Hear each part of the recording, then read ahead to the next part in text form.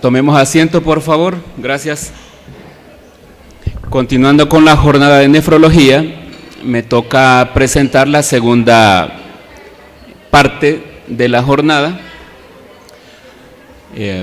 Para presentarme, soy el doctor Néstor Ayala, también nefrólogo, miembro de la Asociación de Nefrología, y en esta vez vamos a presentar dos temas más. El primero a cargo del doctor Salvador Magaña, reconocido médico nefrólogo de San Miguel. El doctor Magaña es doctor en medicina, graduado en la Universidad José Matías Delgado en el año 2002.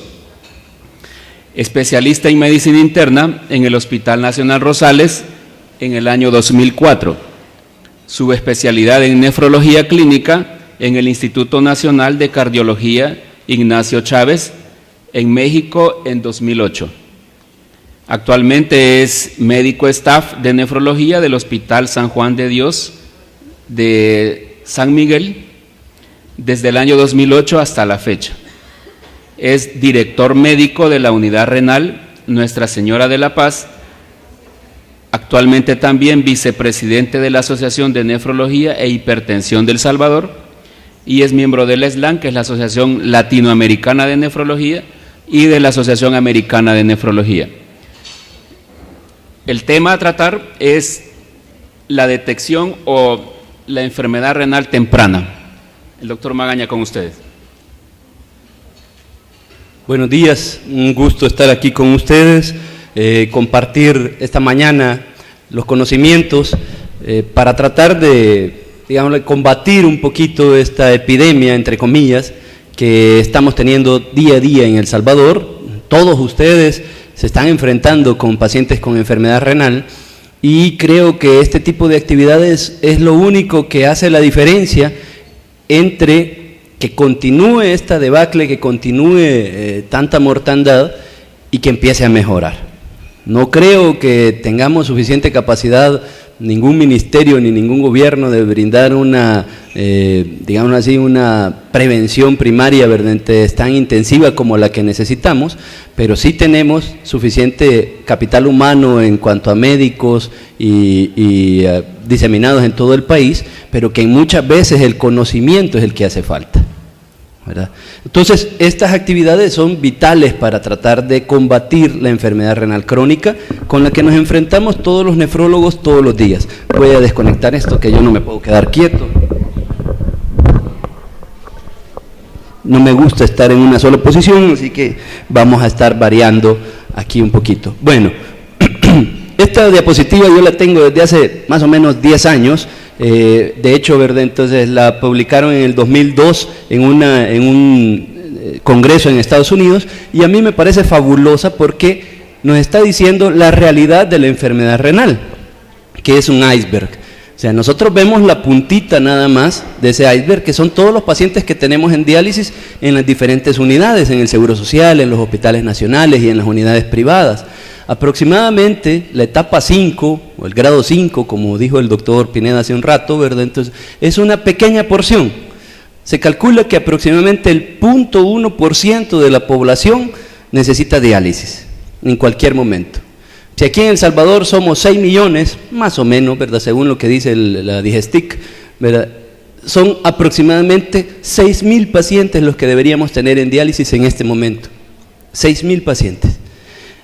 Hace 7 meses, 8 meses, la asociación hizo un estudio importante en el que participamos todos los nefrólogos a nivel nacional y detectamos aproximadamente 4,000, entre 4,000 y 4,100 pacientes que tenemos en diálisis en este momento, en diálisis o trasplante, en todas las unidades públicas y privadas. ¿Qué se han hecho los otros 2,000 pacientes? Pues están muriendo. ¿Vea? Eso es lo que está pasando. Pero lo más caótico es toda esta masa de pacientes que tenemos debajo de la superficie, que allí están, pero que nadie se da cuenta. La siguiente. Traigo datos de mi hospital. Es difícil, ¿verdad?, tener datos nacionales. Cuando uno se mete a las páginas del ministerio, a veces están un poquito atrasadas y dan hasta datos del 2008, 2009. Todavía no tienen actualizaciones recientes. Pero esto es de mi hospital, del Hospital San Juan de Dios. El Hospital San Juan es el único hospital de referencia de toda la zona oriental.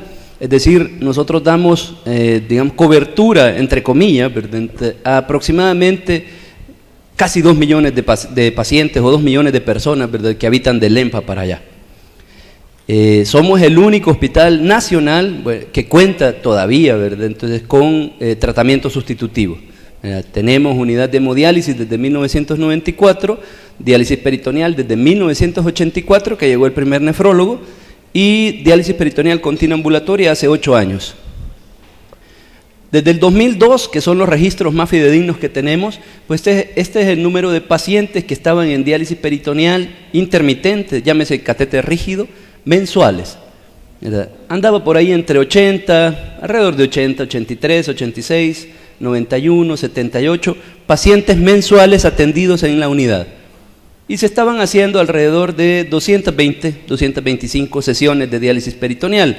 Es decir, que cada uno de estos pacientes recibía en promedio entre 2 y 3 sesiones de diálisis al mes. Luego, en el 2008, ¿verdad?, pues hubo ciertos cambios, sobre todo, ¿verdad?, que llegamos más nefrólogos en primer lugar, ¿verdad? Entonces, yo fui el 4º nefrólogo en San Miguel, ¿verdad? Actualmente en San Miguel somos 13, o sea, hay una explosión de nefrólogos, digámoslo así. Pues por lo mismo, pues había más pacientes, detectábamos más pacientes y pues había que darles algún tipo de solución, ¿verdad? Y también coincidió con la reconstrucción del Hospital San Juan de Dios, lo cual permitió incrementar la capacidad de atención y también implementar programas nuevos, como fue el inicio de la diálisis peritoneal ambulatoria. Cualquiera diría, bueno, pues estos estaban más o menos bien entre el 2002 y el 2008, pues se mantenían estables, las curvas son rectilíneas, ¿verdad? No está empeorando. El análisis que cualquiera pudiera decir, ¿verdad?, entonces, pues estos están bien, están controlando la enfermedad. El análisis que yo hago es completamente diferente. Lo que pasaba en estos años es que estábamos tan saturados que ya no podíamos dar más abasto. Eso era todo lo que podía hacer el hospital, ¿verdad?, en ese momento. Y todo lo demás, todo lo extra, pues se morían, literalmente. Y a partir del 2008, pues los incrementos son notorios, ¿verdad? Entonces empezamos a hacer, ¿verdad?, o atender aproximadamente 162 pacientes mensuales. Estábamos haciendo 483 sesiones de diálisis peritoneal mensuales y en el 2014 esto se incrementó todavía un poquito más. La siguiente. Estos son los números totales de pacientes con los cuales contamos más o menos en este momento, ¿verdad? Entonces hay alrededor de 160 pacientes, ¿verdad?, que están con una diálisis intermitente, irregular, insuficiente. Tenemos 120 pacientes en diálisis peritoneal continua ambulatoria y con la esperanza y la expectativa de incrementar a 200 pacientes en el transcurso del año, si Dios quiere. Y actualmente estos 46 ya son más, estos son los pacientes que están en hemodiálisis, ¿verdad? Tenemos 69 pacientes en hemodiálisis actualmente, el total más o menos 400 pacientes en cualquiera de las modalidades de diálisis que tenemos en el Hospital San Juan en San Miguel. La siguiente. Pero lo impresionante, además del número y de la cantidad de cosas que hacemos, ¿verdad?, es la mortalidad. La mortalidad, recuerden que los pacientes con enfermedad renal crónica que están en diálisis, no solo se mueren de diálisis, sino que se mueren de otro montón de complicaciones, primordialmente cardiovasculares. Y aquí está el índice durante los últimos 10 años, ¿verdad? Desde 69 al año, que teníamos por allá del 2005, hasta cercana a las 250 muertes anuales relacionadas o en pacientes con enfermedad renal crónica. Estos datos son incompletos, no están los últimos 3 meses del año, son hasta octubre del año pasado. Entonces, pero calculamos, ¿verdad?, entonces que anda muy similar la tasa, ¿verdad? Estamos hablando 250 pacientes fallecidos al año, de los que nos damos cuenta en el Hospital San Juan de Dios. La siguiente. Y estas son las tasas, ¿verdad? Entonces, pacientes nuevos, pacientes fallecidos. Hasta ahorita no hemos tenido una gran, digámoslo así, no hemos entrado en crisis todavía, porque se mantiene un cierto equilibrio entre el número de pacientes nuevos que ingresamos y el número de pacientes que se fallecen, que mueren. Pero en los últimos año y medio aproximadamente, pues se ha disparado increíblemente el número de pacientes nuevos que estamos teniendo.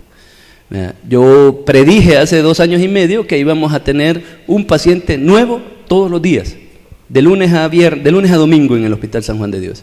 Eso se cumplió un año antes de lo que yo había predicho.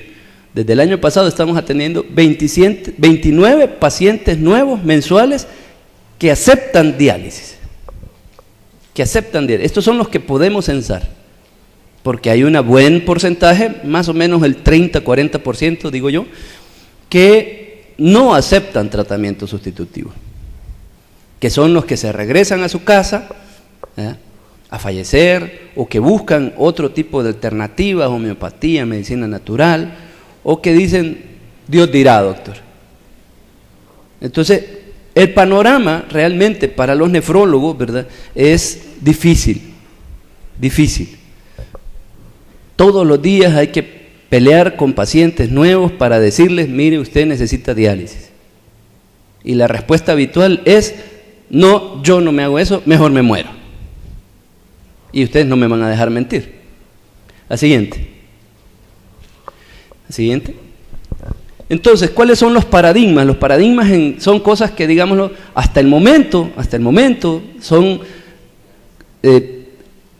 digámoslo así, conocimiento inamovible hasta ahorita. ¿Qué sabemos? Bueno, que hay un incremento en la incidencia y prevalencia de pacientes que necesitan tratamiento sustitutivo. No solamente aquí en El Salvador, en todo el mundo. Desde Taiwán hasta Egipto, desde Sudáfrica hasta Finlandia, en todos lados hay más pacientes que necesitan diálisis. En todos lados. No crean que somos el único, pobrecito de los salvadoreños. O sea, no solamente tenemos los terremotos, el dengue, el chikungunya, sino que también tienen enfermedad renal crónica. No, en todos lados es igual. ¿Por qué? Porque hay mayor desarrollo técnico. O sea, me cuentan antes, cuando yo estudiaba en el Rosales, los mismos doctores, los internistas que nos decían, para recibir un resultado de creatinina se tardaban hasta 2 días en dártelo. O sea, uno lo pedía hoy y te lo daban el lunes. Y hoy te tardás, la mayoría de analizadores se tardan menos de 5 minutos en darte la creatinina, ¿verdad? En segundo lugar, hay mayor acceso a terapias de reemplazo renal, o sea, hay mayor acceso a diálisis. Por todos lados ustedes van viendo, ¿verdad? Les cuento la experiencia en San Miguel, ¿verdad? Yo fui el 4º nefrólogo. En ese momento solamente habían dos unidades de hemodiálisis, ¿verdad? Entonces, en privadas me refiero. Ahorita somos 13 nefrólogos, ¿verdad? Y hay 5 unidades de hemodiálisis privada, ¿verdad? En San Miguel. Entonces hay mayor acceso. O sea, antes la gente se moría porque no sabía a dónde ir. Hoy no, hoy va, ¿verdad?, de alguna manera. Hay mayor acceso a trasplantes, a terapias de reemplazo. Población senescente. ¿Qué significa esto? Que la edad de nuestra población cada vez va siendo mayor. Si bien seguimos siendo una población joven, pero el segmento de pacientes arriba de 60 años es el que más va creciendo proporcionalmente a lo largo de los años y de las últimas décadas. Entonces, tenemos una población más anciana. Y obviamente los pacientes de más de 60 años son los que tienen más riesgo de enfermedad, de padecer de los riñones. Y la otra cosa que nadie oye, ¿verdad?, y que nadie dice nada, es que tenemos más diabetes. Y esto para mí es más aflictivo que cualquier otra cosa, porque la estamos minimizando. Todo el mundo está preocupado por los agroquímicos, los agrotóxicos, el calor y lo que sea, y nadie le pone atención a la nefropatía diabética. Y en la privado, la nefropatía diabética da cuenta de más o menos el 60-70% de los pacientes que llegan a dializarse. Aquí y en cualquier lado del mundo. ¿Cuál es el otro paradigma que tenemos? Que hay un desconocimiento de la población de su enfermedad. ¿Cuánta gente no llega con nosotros y nos dicen, ¿verdad? Entonces llega con el papá en diálisis, termina falleciendo, ¿verdad? Y uno les dice, mire, usted debería de hacerse los exámenes, porque tiene un factor de riesgo importante que es su padre falleció de enfermedad renal crónica. No, doctor, yo prefiero morirme sin saber. Yo no me voy a hacer los exámenes. Yo me voy a morir, me voy a saber, pero yo no me hago los exámenes. Yo prefiero no saber. Entonces, hay un diagnóstico tardío de la enfermedad. Y por último, la no aceptación del tratamiento sustitutivo. La mayoría cuando llegan tan mal que no hay otra opción más que decirles, mira, tú necesitas diálisis porque si no te vas a morir en las próximas 24 o 48 horas. No, doctor, yo me voy para mi casita, ¿verdad? Entonces allá me voy a morir. Hay una referencia tardía para el nefrólogo, para el especialista, y eso ya no nos da chance de establecer, ¿verdad?, medidas preventivas, medidas así, ir educando al paciente para que cuando ya le toque empezar tratamiento dialítico, pues vaya con un conocimiento más certero y no con tantos mitos y tantos dimes y cosas y que y alguien dice una cosa y que el vecino dice otra, y eso les va metiendo mucho miedo. Incluso entre la población médica, ¿verdad?, entonces, hay muchos mitos con respecto a la enfermedad renal crónica y al tratamiento dialítico, y por eso es que estas actividades, como les digo, son vitales para combatirla. La siguiente. Entonces, ¿qué hacemos? Ya tenemos el panorama. Por decirlo bien, en buen salvadoreño, estamos fregados, ¿verdad? Somos un país pobre, no tenemos recursos, es una enfermedad cara, es una enfermedad que está creciendo así a pasos agigantados. Entonces, ¿qué hacemos? Una de las respuestas que dan en muchos lugares, pues bueno, hay que formar más nefrólogos y hay que poner más unidades de diálisis. Pues ya lo estamos haciendo, ¿verdad? El Hospital Rosales y el Seguro Social están formando nefrólogos desde hace más o menos una década, un poco más de una década. Dentro de poco, ¿verdad?, en el Hospital San Pedro, que es del de Usulután, van a haber acceso, ¿verdad?, entonces a hemodiálisis. Las unidades de hemodiálisis, tanto de Rosales como la de San Miguel, están en plan de aumentar su capacidad, ¿verdad? Entonces nosotros tenemos 10 máquinas de hemodiálisis ahorita y el plan es hacerla de 16. O sea, ya se está haciendo algo. ¿Impacta eso en lo que estamos viendo todos los días? Mi percepción es que no importa. Puedo traer 200 nefrólogos y poner el montón de unidades de diálisis y no creo que eso impacte en la población. Vamos a seguir teniendo los mismos pacientes diarios, ¿verdad? Al contrario, creo que empeoraría todo porque desbordaríamos los ministerios, los hospitales, mandando todo el montón de pacientes que se detectan, que se quiere hacer algo, que todavía estamos a tiempo, pero que no tenemos, digámoslo así, suficiente capacidad de atención. La siguiente. Otra propuesta es hacer un hospital o un centro altamente especializado, centralizado. Guatemala es el mejor ejemplo, ¿verdad? Entonces ellos tienen una ER, que es la unidad de atención al enfermo renal, que está centralizada en Ciudad de Guatemala. Entonces ellos atienden ahí, ¿verdad?, entonces, aproximadamente a toda la población del ministerio, ¿verdad?, entonces, que tiene o que necesita tratamiento sustitutivo. Entonces tienen 14 o 15 nefrólogos, 1.500 o 1.400 pacientes en diálisis, ¿verdad?, en diálisis peritoneal, la gran mayoría, ¿verdad?, el 95%. Entonces, y eso les da resultados, ¿verdad?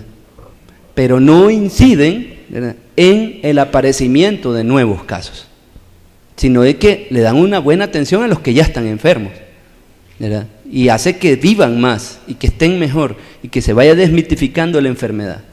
Pero no hacen nada, ¿verdad?, con respecto a los casos nuevos. O sea, siguen teniendo un montón de casos nuevos y pues eso va a saturar evidentemente de esa unidad. Por último, prevenir, y lo pongo así con signos de interrogación, porque también muchas veces hay que prevenir. Sí, pero ¿cómo? Todos tenemos claro que es mejor prevenir que lamentar. Es mejor ponerse el cinturón a que te vaya a pegar a alguien más y después te mates de un accidente en el carro, ¿verdad? Claro, es más barato prevenir, ¿verdad? Entonces, para evitar que lleguen a diálisis. O sea, eso es muy evidente. La pregunta no es esa, la pregunta es ¿cómo? ¿Qué hago yo en mi día a día? En la unidad de salud, ¿verdad?, de Chirilagua, que no crean que Chirilagua está tan lejos, ¿verdad? Entonces, Chirilagua está cerca de San Miguel y es carretera pavimentada toda, ¿verdad? Mucha gente cree que está perdida en cualquier lado y realmente, ¿verdad?, entonces en el día a día podemos hacer mucho, sí se puede hacer mucho, ¿verdad? Y por eso es que estamos convencidos de que la educación a la población médica, al gremio médico, es lo más importante. La siguiente. Entonces, este modelo conceptual de atención está para muchas enfermedades crónicas, ¿verdad? ¿Cuáles están las diferentes etapas de la enfermedad? Estamos con un paciente normal que de repente tiene un riesgo aumentado, ¿verdad? llámenselo como quieran, para el caso de enfermedades cardiovasculares, obesidad, sedentarismo, síndrome metabólico, bueno, en el caso de enfermedades renales crónicas, ya las vamos a ver. Este riesgo aumentado conduce a un daño específico en el órgano. En el caso renal, ¿verdad? Entonces, esto conlleva a un descenso en la tasa de filtrado glomerular o un descenso en la depuración de creatinina, con el consecuente incremento en la creatinina, posteriormente a la falla renal manifiesta, y posteriormente, si esto consiste o persisten con complicaciones, pues al fallecimiento del paciente. Entonces, este es el modelo conceptual de dónde podemos nosotros actuar, ¿verdad?, en un momento dado. La siguiente. Entonces, en una persona normal, entre comillas, pues lo que tenemos que hacer es buscar los factores de riesgo. O sea, no demos por sentado que es una persona que no tiene factores de riesgo, sino que hay que buscarlos. En aquellos que ya detectamos que tienen factores de riesgo y tienen un riesgo aumentado, pues lo que hay que hacer es buscar la enfermedad o hacer tamizaje. Buscar la enfermedad activamente, ¿verdad?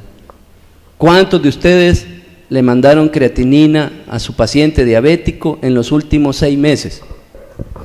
¿Verdad? ¿Cuántos de ustedes le mandaron creatinina e hicieron el cálculo de depuración por cualquiera de las fórmulas que puso el doctor Enrique, ¿verdad?, entonces, a su paciente hipertenso, a su paciente mayor de 60 años, a sus papás, simple y llanamente, ¿verdad? ¿Quién le mandó una creatinina y le midió o le calculó la depuración? Muy pocos. Si ya tienen daño, pues tratar de establecer cuáles son los comórbidos y retrasar la progresión. La siguiente. Cuando ya tienen daño evidente, estimar la progresión, tratar las complicaciones y sobre todo preparar para diálisis. Y por último, pues ya darles terapia de reemplazo, ¿verdad? Lo más importante en cuanto a prevención, la siguiente, pues está aquí. Es donde realmente todos y cada uno podemos incidir en la enfermedad. Esta parte de acá nos compete a nosotros los nefrólogos, ¿verdad? Porque somos los que estamos relacionados directamente en tratar estas cosas. Pero todo médico y personal paramédico, incluso, ¿verdad?, enfermeras, ¿verdad?, auxiliares de enfermería, ¿verdad?, el de limpieza, ¿verdad?, tiene la responsabilidad de buscar estos factores de riesgo y de buscar la enfermedad. Pequeño porcentaje de la población lo hace, ¿verdad? Gracias a Dios, ahorita, ¿verdad?, hay algunas cosas que nos están ayudando, sobre todo a nivel ministerial, porque, por ejemplo, en San Miguel han centralizado la toma de muestras, ¿verdad? Yo creo que ese es un plan para todo El Salvador, en el que están centralizando la toma de muestras, y cuando mandan una creatinina al laboratorio regional, pues ellos automáticamente les calculan la depuración estimada, no sé ni por cuál fórmula, sinceramente, pero dentro del reporte que mandan ya a la unidad de salud, dice creatinina de 1.33, depuración estimada de tanto. Y eso permite una detección un poco más rápida, pues llama más la atención cuando uno dice 1.3 de creatinina, no tiene nada, no te preocupes, no hay nada.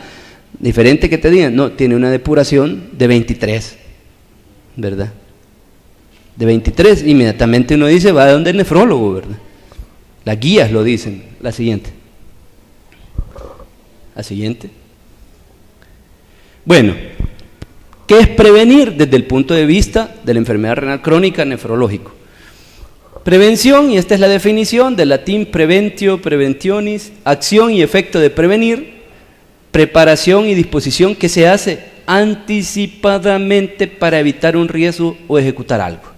Entonces aquí la clave es hacerlo antes de que llegue la enfermedad. Entonces, si nosotros vamos a hacer algo es porque lo pensamos antes. O sea, si nosotros no pensamos en eso, pues nunca vamos a encontrar enfermedad renal crónica en nuestros pacientes. Y si queremos prevenirla, pues si ya sabemos que puede tener la enfermedad, entonces yo anticipadamente le evito las cosas que le pueden hacer daño o controlo las cosas que significan mayor riesgo renal. La siguiente. Entonces, desde ese punto de vista, surge este material, ¿verdad?, conceptual que fueron los uruguayos, ¿verdad?, en el 2006, ¿verdad?, este doctor que fue el encargado de hacer esto, ¿verdad?, el doctor Masucci, recibió en Chile el año pasado, ¿verdad?, antes el premio el máximo galardón que se les da a los nefrólogos en Latinoamérica. Entonces, por su contribución a este tipo, ¿verdad?, de la prevención, ¿verdad?, de la enfermedad renal. Hay que decir también que Uruguay es el país latinoamericano que en cuanto a nefrología es el que está mejor, ¿verdad? Mucho mejor, a años luz de nosotros. Todos los pacientes, ellos tienen una tasa de enfermos renales bien alta, como en todos lados, pero todos están en tratamiento, todos están en hemodiálisis. Hay casi 300, Uruguay es más chiquito que El Salvador en población, ¿verdad? Entonces tiene solo menos de 4 millones de habitantes y prácticamente detectan a todos y a todos les dan tratamiento. Tienen 300 nefrólogos, ¿verdad?, entonces, para una población casi un poquito más de la mitad de El Salvador, ¿verdad? Y por eso mismo tienen muy buena prevención. Entonces ellos dividen la prevención, como siempre, en primaria, secundaria y terciaria. Entonces, tomemos en cuenta que nosotros la prevención primaria es muy pobre, muy escasa. Lo que hacemos primordialmente es prevención secundaria. ¿Por qué? Porque la prevención primaria comprende el conjunto de medidas tendientes a impedir el desarrollo de enfermedad renal en las poblaciones de riesgo. ¿Cuáles son las poblaciones de riesgo de desarrollar enfermedad renal crónica? ¿Verdad? ¿Sabemos cuáles son esos pacientes que tienen más riesgo de desarrollarlo? Incluye la promoción de la salud para evitar la aparición de los factores de riesgo. Y hay unos factores de riesgo novedosos, que día a día van surgiendo nuevas teorías que explican muchas cosas que antes no entendíamos, ¿verdad?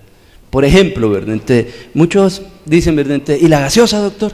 La gaseosa, ¿verdad?, daña los riñones, ¿verdad?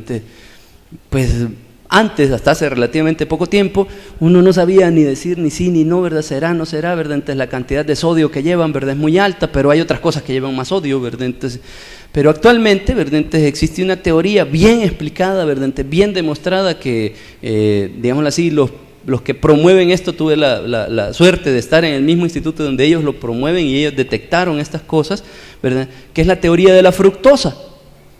La fructosa es un azúcar, ¿verdad? Entonces, ustedes ven que le echan sólidos de maíz o derivados de maíz, ¿verdad?, entonces, o fructosa a todos los alimentos.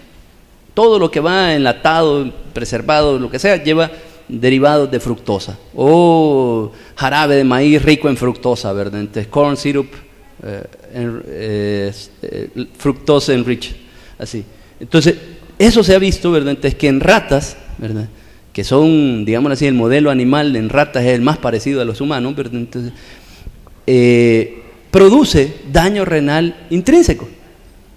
Cuando les ponen a comer fructosa más a las ratas, ¿verdad?, y a otras ratas no les dan fructosa, las que tienen fructosa, ¿verdad?, desarrollan daño renal intrínseco.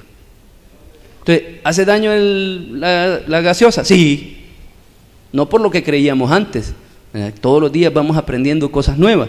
Entonces, pero en cuanto a prevención primaria, esto no solo implica que nosotros tenemos que hacer algo. Lo tendrían que hacer, ¿verdad?, campañas de salud, ¿verdad?, globales, para que desde las escuelas, desde los niños pequeños, empezaran a ver cuáles son los factores de riesgo, ¿verdad?, entonces, y en base a eso, ¿verdad?, hacer prevención. Pregúntenles ustedes, yo tengo un hijo adolescente ahorita, ¿verdad?, tiene 15 años, yo les pregunto, mira ahí en ciencias, ¿qué es lo que ven? Mira, vemos aquí, vemos un poco de física, vemos lo que sea, mira ahí de los riñones que les han explicado. No, nada, me dice, de los riñones, anatomía, ¿verdad?, entonces todo eso, el sistema excretor y ya, y de la enfermedad, ¿qué es lo que te puede hacer daño? No, de eso nada, ¿verdad? Tengo pacientes pequeños y los doctores nefrólogos pediátricos nos cuentan, ¿verdad?, o les preguntamos, ¿verdad?, tampoco hay un programa, ¿verdad?, desde el Ministerio de Educación que hable algo de la enfermedad renal crónica. De casi todo lo demás sí, pero de la enfermedad renal crónica, nada. La siguiente. Prevención secundaria. Comienza con el diagnóstico precoz de la enfermedad y el conjunto de medidas para prevenir o retardar el desarrollo de la misma. O sea que cuando ya diagnosticamos ya es tarde, ya la enfermedad ya está ahí. Lo ideal fuera que no tuviéramos enfermedad renal crónica, pero ya cuando hacemos el diagnóstico ya tiene algo de enfermedad, pero ahí lo importante es hacerlo de manera temprana. La siguiente. Y obviamente la nefroprevención terciaria es en pacientes, en aquellos que ya tienen falla renal, diálisis o prediálisis, comprende el estudio y tratamiento adecuado para prevenir las complicaciones de la uremia, y esto ya es más bien tarea de los nefrólogos. La siguiente. ¿Cuáles son los objetivos de la nefroprevención? Pues primero, hacer un diagnóstico precoz, dado que cursa de forma asintomática, sobre todo en hipertensos y diabéticos. No hay ningún síntoma que me obligue a pensar que hay enfermedad renal crónica, ¿verdad? Por ejemplo, en mi práctica clínica privada, ¿verdad? Motivo de consulta, en el 90% de los casos, me duelen los riñones, doctor. Me duelen los riñones y no aguanto.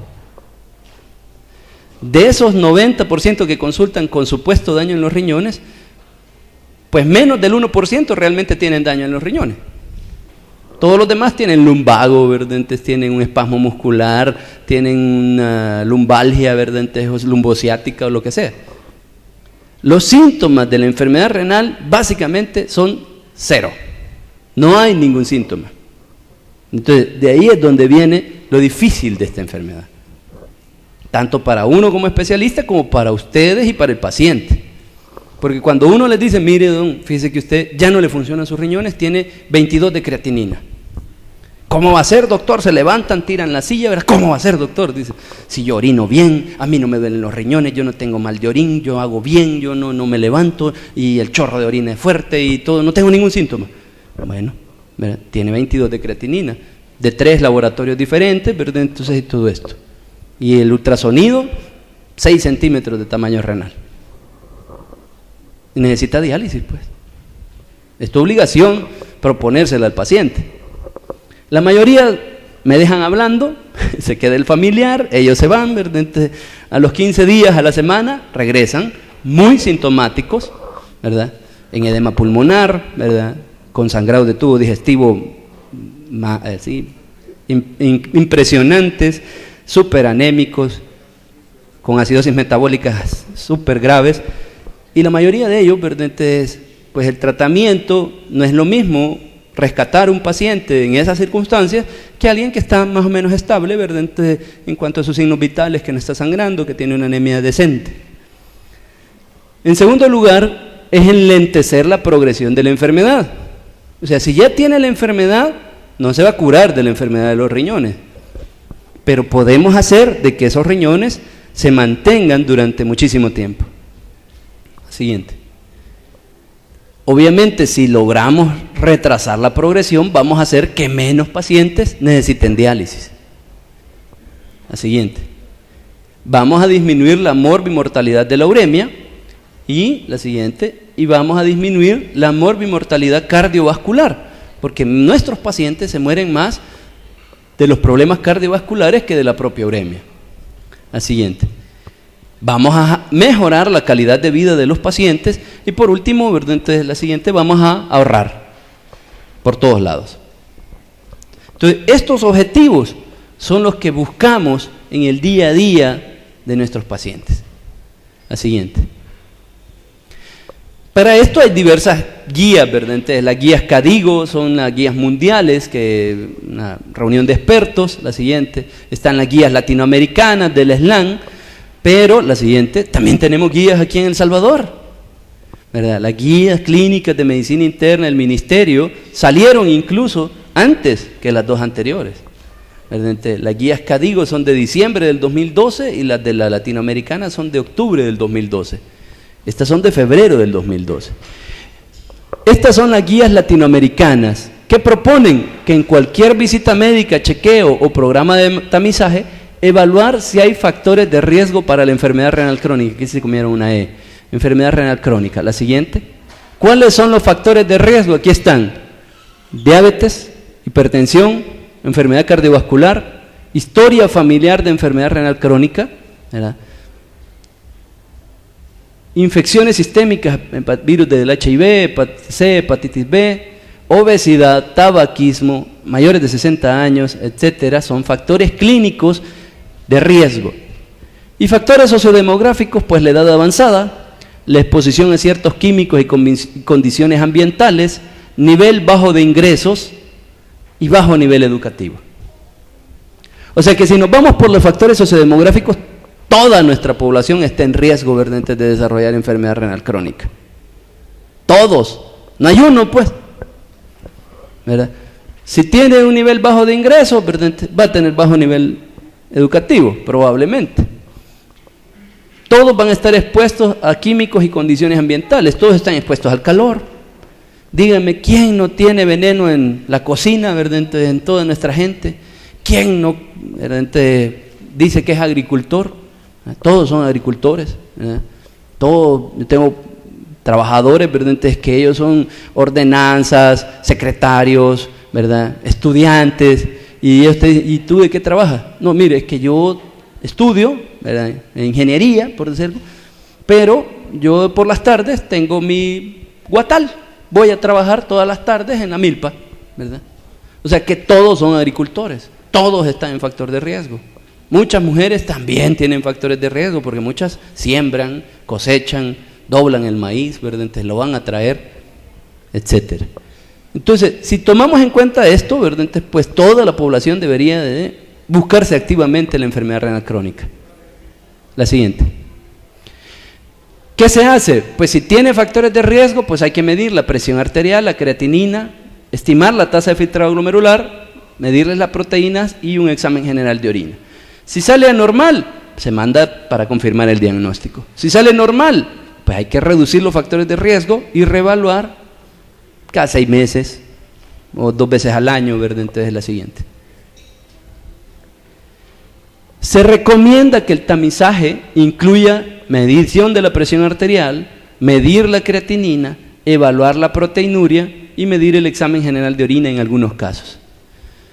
Proteinuria y microalbuminuria es difícil, casi no tenemos, ¿verdad? Entonces, incluso en San Miguel, los laboratorios privados, pues no medimos microalbuminuria, ¿verdad? Entonces, o sea, no hay tanta disponibilidad de tenerla así fácilmente. El examen general de orina, si bien no es una cosa tan certera, es suficientemente, ¿verdad?, entonces, significativo para empezar a dar o buscar tratamiento. La siguiente. Y estas son las guías salvadoreñas. Siempre en pacientes con factores de riesgo renal, proteínas, ¿verdad? Si hay positiva, pues se calcula la depuración, se establece el estadio, ¿verdad?, entonces el grado, y se inicia tratamiento. Si tiene, ¿verdad?, entonces, deterioro en función de los riñones, se inicia el tratamiento, ¿verdad? Entonces, la siguiente. Y aquí está el estadiaje, que ya lo hemos visto ya como 20 veces este día, así que la siguiente. Ahora, ¿cuál es la importancia de hacer el diagnóstico temprano? Ok, o sea, hay que hacer diagnóstico temprano, ¿verdad? Entonces, ¿y por qué, pues? ¿Por qué? ¿Para darle más trabajo a los nefrólogos? No. Es porque cuando nosotros mandamos tempranamente a los nefrólogos, a los pacientes, les va mejor, duran más, tienen menos complicaciones. Y este es un metaanálisis de 27 estudios con 17.646 pacientes, en el cual evaluaron la referencia temprana. Y ellos dijeron que referencia temprana es la evaluación por un nefrólogo o el equipo de la unidad de diálisis, ¿verdad? Porque no siempre está el nefrólogo disponible, a veces son las enfermeras, los nutriólogos, los trabajadores sociales, al menos 3 meses antes de iniciar tratamiento sustitutivo con diálisis. ¿Cuántos de esos pacientes nos llegan a nosotros sin esa oportunidad?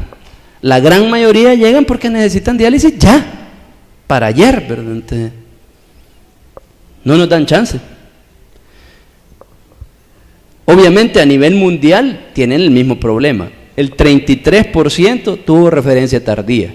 O sea, 1/3 de los pacientes llegan muy tarde donde el nefrólogo. La siguiente.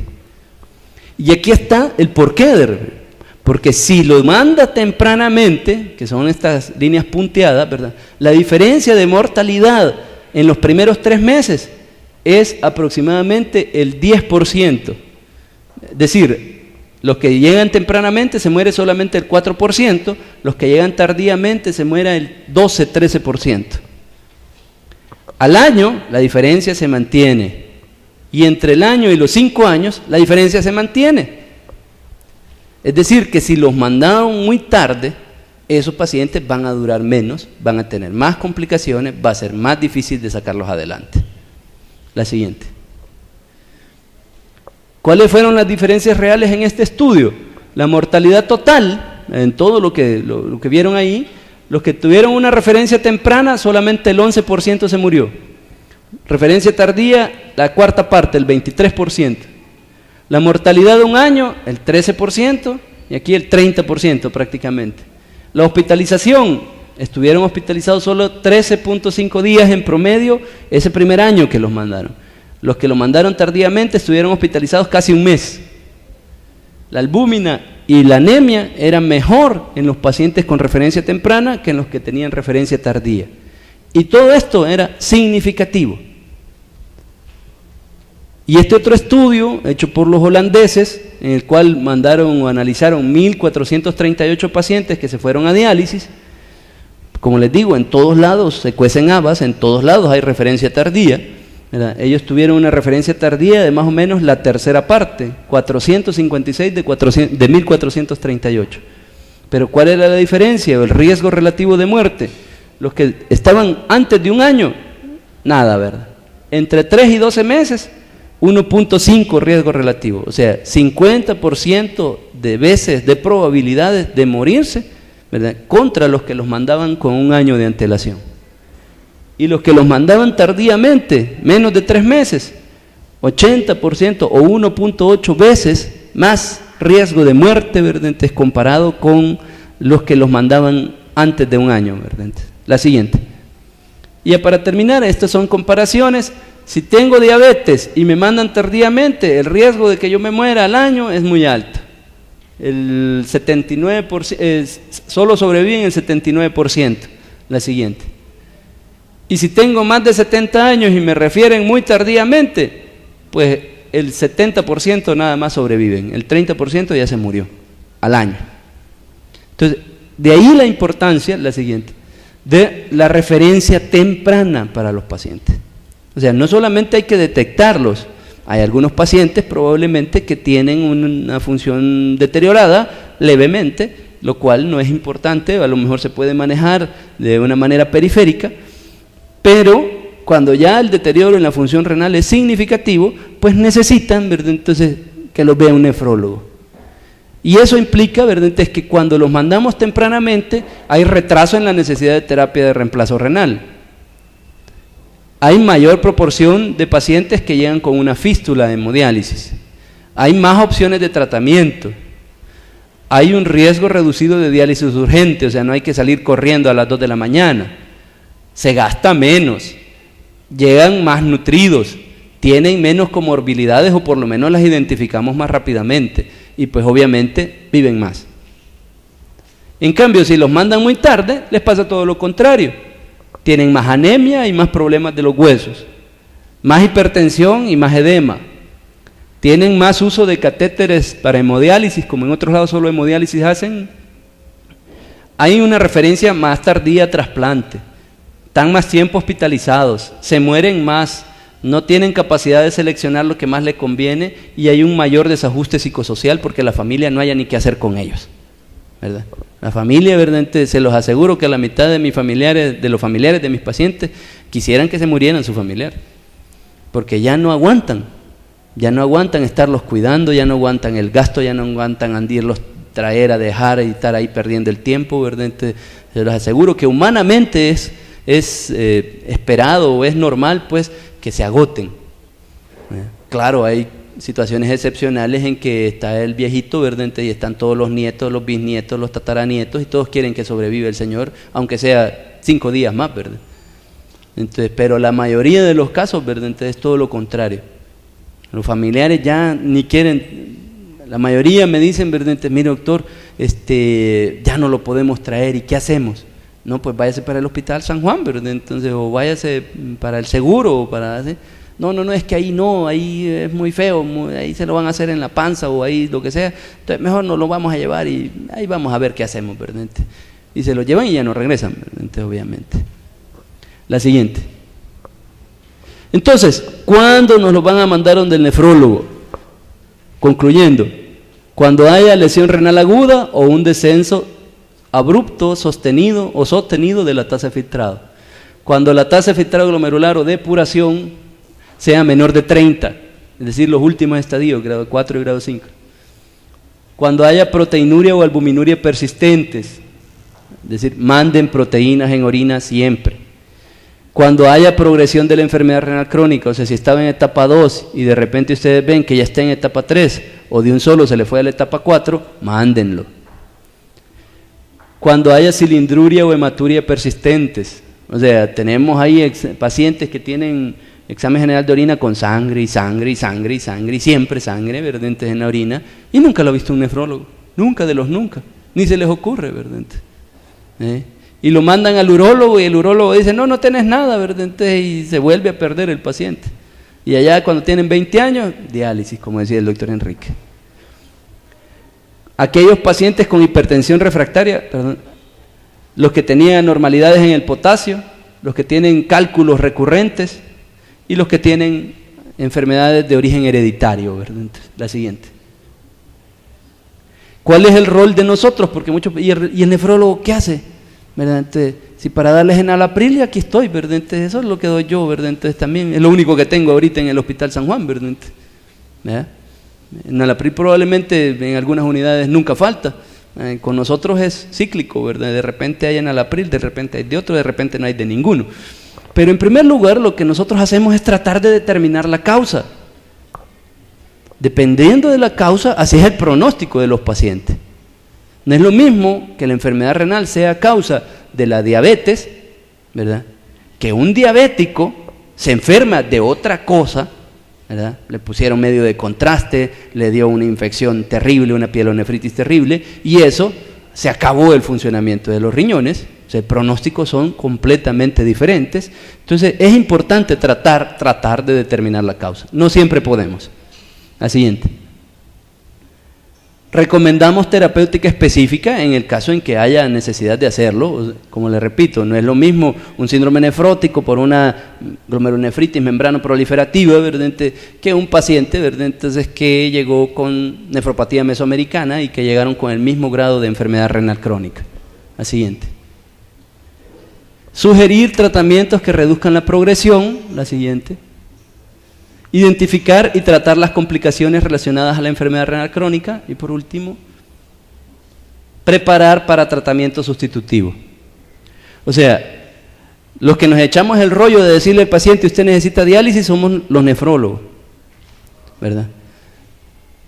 Porque la estrategia depende de cada paciente. No es lo mismo proponerle diálisis a un niño de 5 años y decirle al papá, ¿verdad?, mire, su hijo necesita diálisis, que a un señor de 80 o de 85, ¿verdad? O sea, pero el nefrólogo, ¿verdad?, tiene la capacidad de decirle, ¿verdad?, que es el momento más indicado, cuáles son los riesgos, cuáles son las indicaciones y cuál es el mejor tratamiento que le convenga de ese momento al paciente. No es lo mismo, como le repito, un viejito de 92 años que un paciente de 28, ¿verdad?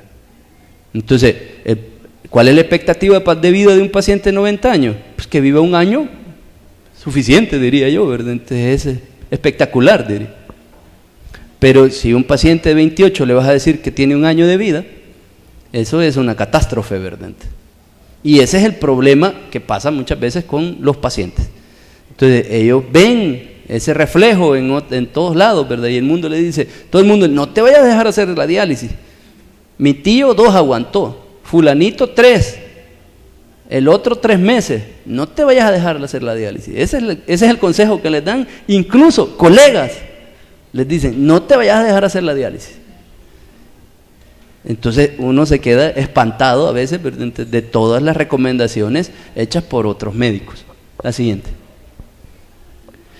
Y esta es la última, ¿verdad? Entonces, ya para no aburrirlo, ¿verdad? Entonces, ya que ya descansemos de esto, ¿verdad? Entonces,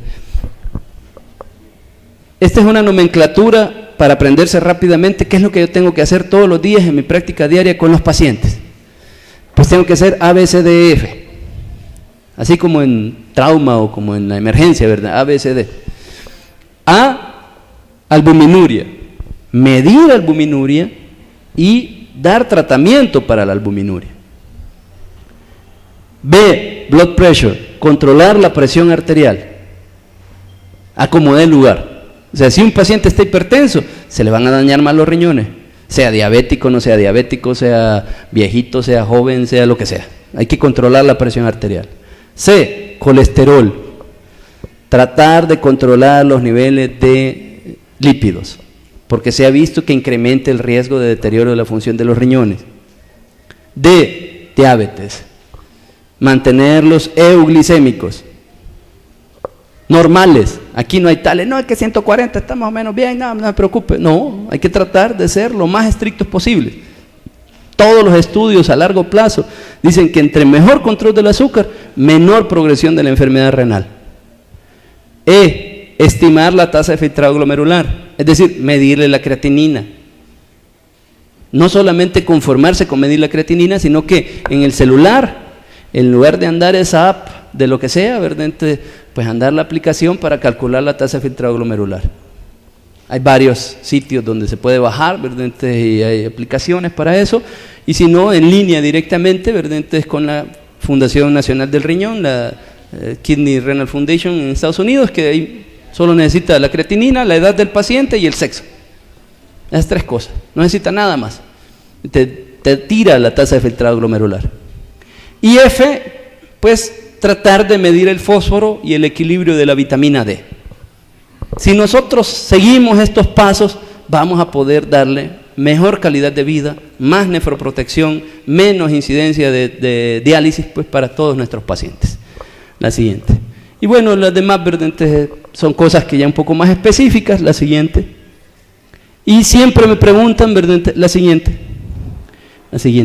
¿Cuál es mejor, verdad? La siguiente. Todo esto ya creo que está de más.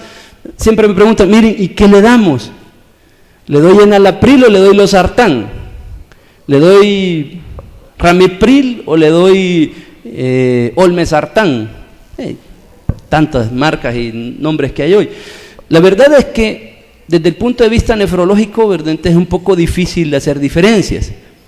En cuanto a control de la presión arterial, la siguiente, este estudio en el 2008 en Análisis de Medicina Interna me respondió la pregunta de cuál es mejor. La siguiente, los dos son iguales para el control de la presión arterial. Si le das IECA o le das bloqueantes de receptores para controlar la presión arterial de un paciente renal, da lo mismo, contar que se la controles, son igualitos. En el metaanálisis de todos estos estudios, ¿verdad? Concluyen de que son iguales, no favorecen ni a los IECA ni a los bloqueantes de receptores. La siguiente. Pero cuando analizamos ya la progresión de la enfermedad renal, ¿verdad? Entonces, pues uno se lleva sorpresas. Entonces, y este fue el efecto comparativo tanto de los bloqueantes de receptores contra todos los otros antihipertensivos que había en pacientes diabéticos.